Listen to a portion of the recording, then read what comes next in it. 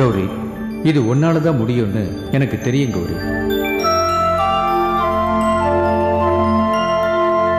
கௌரி, மகுடியை ஊது, பனிக்கட்டி மழை பொழியட்டும், மரத்துல சாபம் நீங்கட்டும். ஆமா கௌரி, அப்பதான் நாங்களும் சீக்கிரமா ரிலீஸ் ஆகலாம்.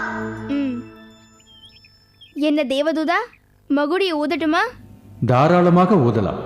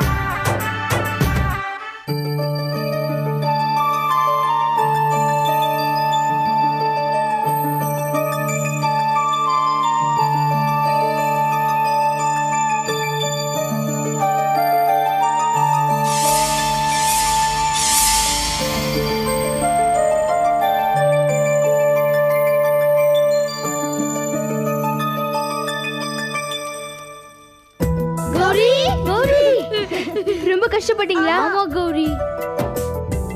குழந்தைகளே, இந்த சிறிய வயதில் நீங்கள் மிகப்பெரிய சாதனையை செய்யும் முயற்சியில் ஈடுபட்டிருக்கிறீர்கள். நீங்கள் வெற்றி அடைய என்னுடைய வாழ்த்துக்கள். உங்கள் முயற்சி வெற்றி அடைய இந்த மந்திர மகுடியும் உங்களுக்கு உதவி செய்யும். இதை வாசித்தால் எந்த மந்திரத்திற்கு வசியப்பட்ட பாம்பாக இருந்தாலும் உங்களுக்கு கட்டுப்படும். அதை நீங்கள் வசியம் பண்ண முடியும். அதனால் நான் இந்த மந்திர மகுடியை உங்களுக்கே பரிசாக தருகிறேன். அதனால் என் உதவி உங்களுக்கு தேவைப்பட்டால் நீங்கள் மனதில் என்னை நினைத்தால் போதும். நான் உங்கள் முன்னால் வந்து நிற்பேன். நீங்கள் எனக்கு செய்த உதவிக்கு மிகவும் நன்றி. நான் வருகிறேன்.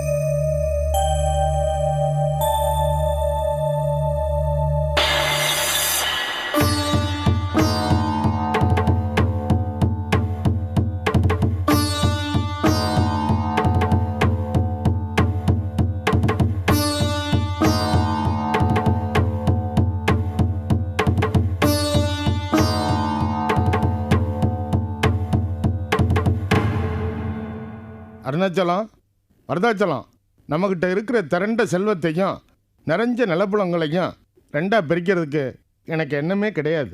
இருந்தாலும் கூட நாளைக்கு உங்களுக்குள்ள சொத்து பிரச்சனையினால எதுவும் தகராறு வந்துடக்கூடாதுங்கிறதுக்காக நான் உயிரோடு இருக்கும்போதே இந்த பாகப்பிரிவினை செய்யலாம்னு நான் நினைக்கிறேன்.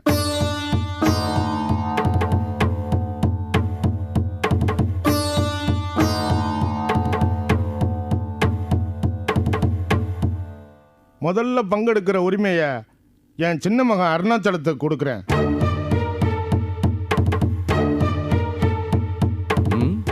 இந்த கிழமை இப்படி வில்லங்கமா பிரிச்சு வச்சுட்டாரே. அருணாச்சலம் தனக்கு கிடைச்ச உரிமையை பயன்படுத்தி சொத்து பத்திரத்தை எல்லாம் எடுத்துக்கிட்டா இந்த சுவடியை வச்சுக்கிட்டு நாம என்ன நாக்கா வலிக்கிறது?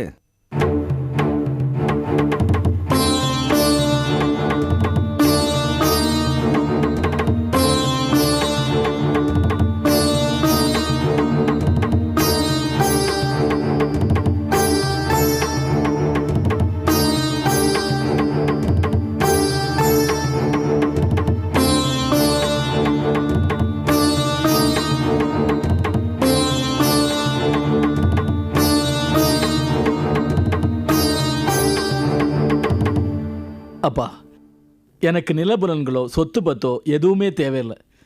இந்த சுவடி ஒன்னே போதும். அப்பாடா, தப்புச்சண்டா. ஏன் தம்பி, ஏன் இப்படி ஒரு முடிவு எடுத்த? இல்லைண்ணா, எனக்கு இந்த சுவடியே போதும். அப்பா தாத்தா காலத்துல இருந்து மாசம் வரவு செலவு கணக்கு பார்க்க தவறுனாலும் தவறுவாரே தவிர இந்த சுவடியை பூஜை செய்ய ஒரு நாள் கூட தவறுனதே இல்லை. அப்படி தெய்வமா மதிக்கிற இந்த சுவடியை நானும் தெய்வமா மதிக்கிறேன். அதை வச்சு என் வாழ்நாள் பூராவும் பூஜை செய்யணும்னு நான் ஆசைப்படுறேன். அதனால ஏன் பங்கா இந்த சுவடியை நான் எடுத்துக்கிறேன். தம்பி, நான் என்ன நினைச்சேனோ அதை ஏன் நீயும் நினைச்சிருக்க? உனக்காக சுவடியை விட்டு தரேன்பா, எடுத்துக்க.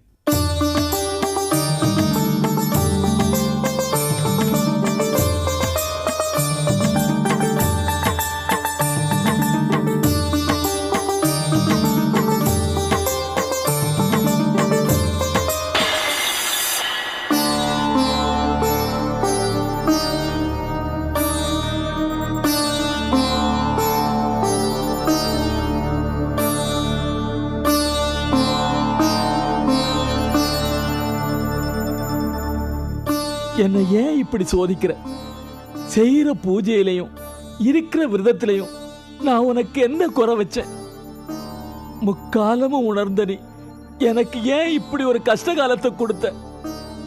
மகேஸ்வரி என் உயிரண்ணா, என்னை வாழ வச்சு வழி நடத்துற நீ என் வாழ்க்கை அல்லவா? ஆயுள் முடிஞ்ச பின்னாடி உயிர் தங்குமா? உயிர் போன பின்னாடி ஆயுள் தான் நீடிக்குமா? ரெண்டுல உன்னை தேர்ந்தெடுனா நான் எதை தேர்ந்தெடுக்க முடியும்?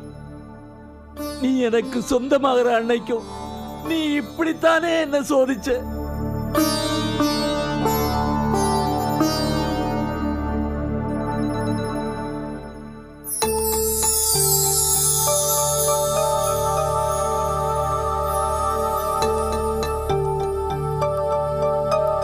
அருணாச்சலம், இப்ப நீ தவறு எதுவும் செய்யலனாலும் சுவடி விஷயத்துல உன்னுடைய தயக்கமும் தடுமாற்றமும் உன் நிம்மதியை நிர்மூலமாக்கிடுச்சு.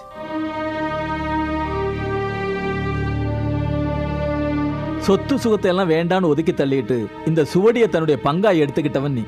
ஆமா, அப்படி எடுத்துக்கிட்டனா இந்த சுவடியை எத்தனை தூரம் நேசிச்சிருப்பேன். இந்த சுவடியை எவ்வளவு ஆழமா புரிஞ்சிருப்பேன். எவ்வளவு பெரிய தெய்வமா வணங்கி இருப்பேன்.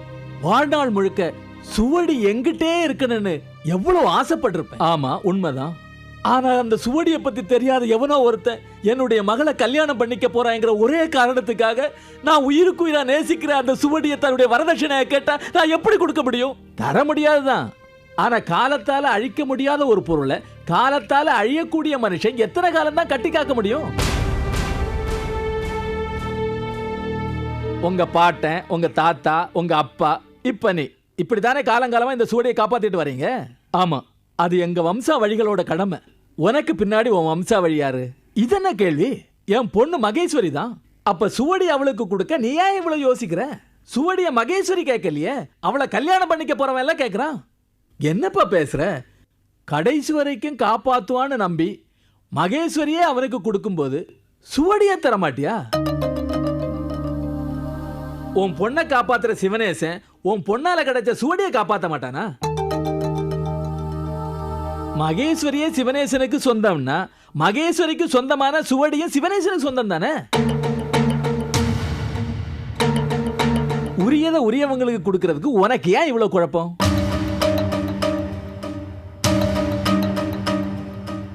நீதி தேவதை கூட சந்தர்ப்ப சாட்சியங்களை மட்டுமே வச்சுதான் தீர்ப்பு சொல்லுவோம். ஆனா மனசாட்சி நியாய தர்மங்களை வச்சுதான் தீர்ப்பு சொல்லும். ஆனா ஏன் தீர்ப்பு சுவடிக்கு சொந்தக்காரி மகேஸ்வரி தான். போ, சுவடி அவளுக்கு கொடுத்து அனுப்பு.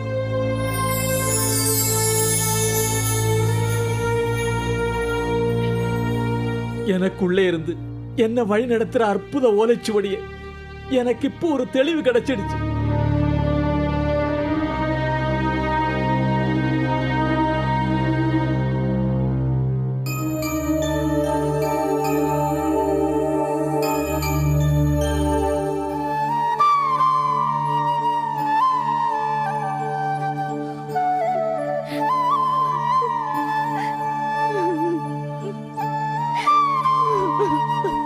அம்மா மகேஸ்வரி,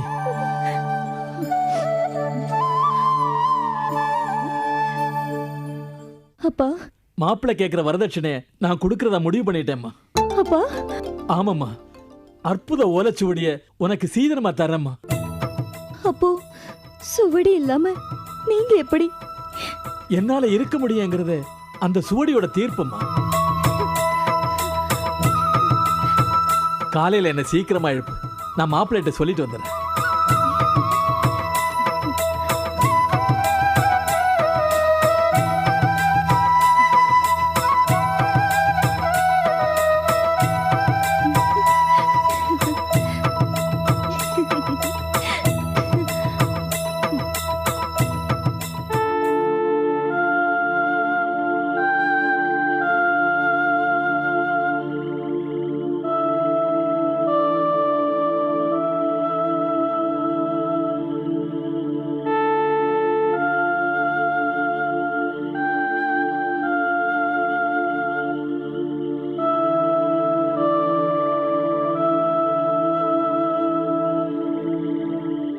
இந்த லீ என் மேல இவ்வளோ பெரிய பழியை ஏற்படுத்தி வச்சிருக்கானே, இதை நான் எப்படி துடைக்க போறேன்? தூய்மையானவன்னு நிரூபிக்க போறேன்.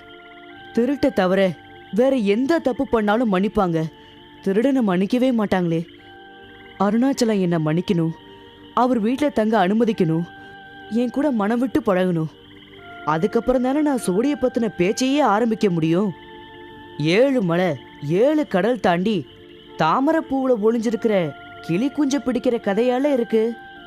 இந்த விஷயத்தை எப்படியும் சமாளிச்சே ஆகணும்.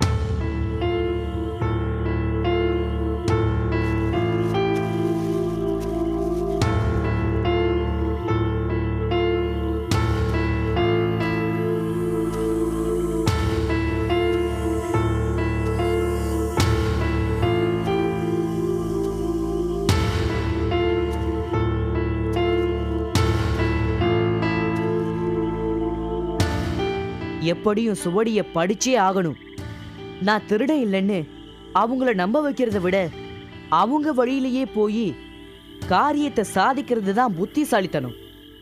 அவங்கள பொறுத்த வரைக்கும் நான் திருடன் தான். விடியட்டும்.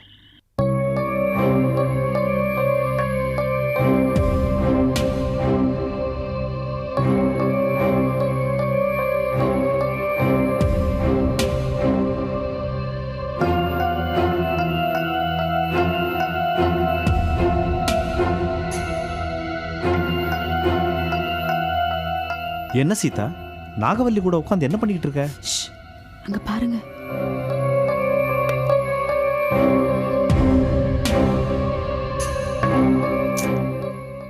என்ன கேட்டா எனக்கு எப்படி தெரியும்? நீங்களே கேளுங்க. நான் கேட்கறேன். மா மா. என்னடா மாமான்னு மாடு மாதிரி கத்திக்கிட்டு இருக்க? இல்லம்மா, என்ன பண்ணிக்கிட்டு இருக்கேன்னு பார்த்தா தெரியல, கோலம் போட்டுக்கிட்டு இருக்கேன். எதுக்குன்னு கேளுங்க. இல்லம்மா, இந்த நேரத்துல எதுக்கு கோலம் போட்டுக்கிட்டு இருக்கீங்கன்னு.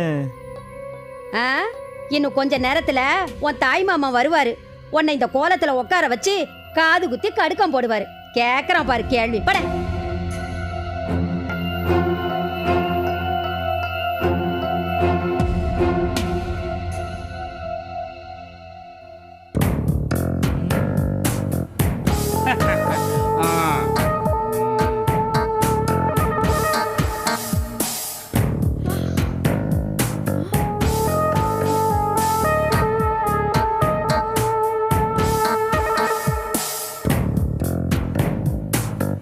கோதை கோதை நாயகி வாங்க பேஷ் வாங்கய்யா. பேஷ் பேஷ். நான் சொன்ன மாதிரி கோலத்தை கலக்கலா போட்டீங்க. பூஜைய ஆரம்பிச்சிடலாமா? ஆரம்பிச்சிடலாங்க. வைக்கிற மகிடிய